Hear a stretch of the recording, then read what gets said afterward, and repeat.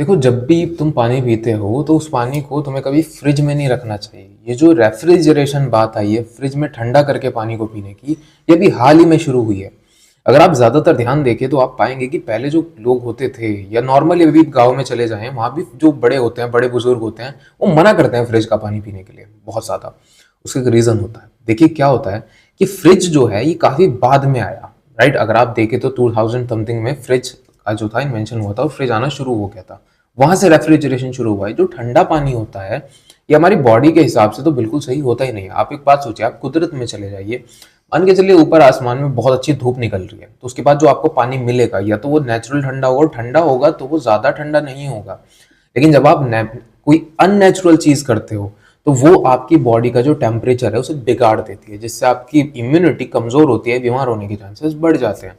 लोग घड़े से पानी पीते हैं। घड़े में जो पानी होता है वो नेचुरल ठंडा होता है, और जो फ्रिज में पानी होता है वो ज्यादा ठंडा होता है। जो ज्यादा ठंडा पानी होता है आपकी गर्म बॉडी के साथ रिएक्ट करता है। जैसे कि आप जानते हैं कि अगर किसी गर्म लोहे के ऊपर अगर आप पानी डालते हो तो जो गर्म लोहा होता है उसमें से चिजलिंग साउंड आती है और वो ब्रेक हो जाता है, क्रैक्स आ जाते हैं उसके अंदर।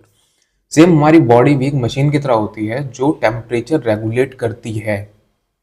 राइट, स्वेटिंग से क्या होता है, रेगुलेशन, हमारी बॉडी ठंडी होती है।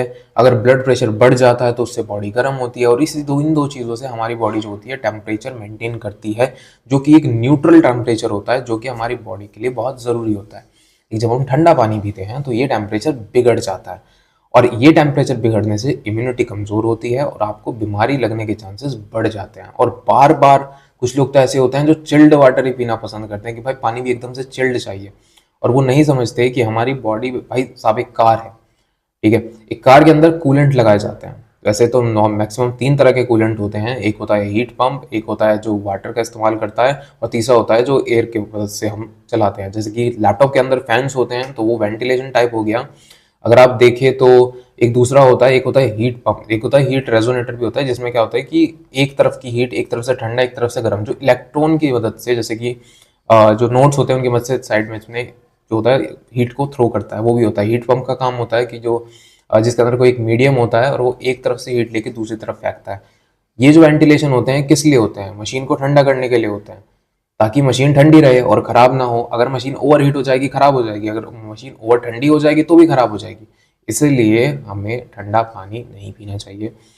अरे मैं तो पीता नहीं हूँ, लेकिन अभी कोई मेहमान आए थे तो वो कह रहे थे कि हमें तो एकदम से चिल्ड ठंडा पानी चाहिए, और मैं समझ गया कि भाई इनकी इम्यूनिटी नॉर्मली कमज़ोर रहती होगी, और वही बात थी, उनकी इम्यूनिटी नॉर्मली कमज़ोर रहती थी।